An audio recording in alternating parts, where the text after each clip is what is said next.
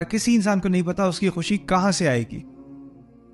اس میں بہت ساری حکمتیں شامل ہیں, اور ایک حکمت یہ بھی شامل ہے ہمیں پورا اعتماد ہوتا ہے, ہمیں پتہ ہوتا ہے ہماری خوشی کہاں سے آئے گی.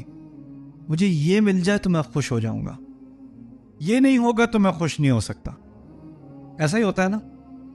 اور انسان پیچھے پڑ جاتا ہے ایک گول کے پیچھے, یہ مل جائے مجھے خوشی آ جائے گی, اور اگر وہ نہ ملا زندگی برباد.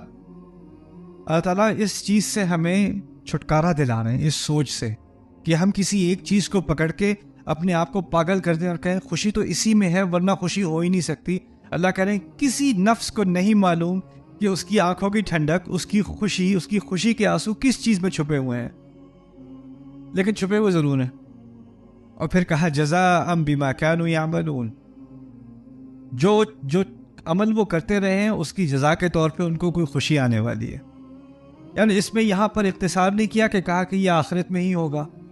جب اللہ تعالیٰ خاص نہ کرے نا کہ یہ خاص آخرت کے لیے ہے یا خاص دنیا کے لیے ہے, تو عموم اللفظ يدل على عموم المعنى, جس میں اللہ تعالیٰ نے قید نہیں ڈالی اس میں ہم قید بھی نہیں ڈالتے. یعنی یہ خوشی, اس کا اشارہ دنیا کی طرف بھی ہو سکتا ہے اور آخرت کی طرف.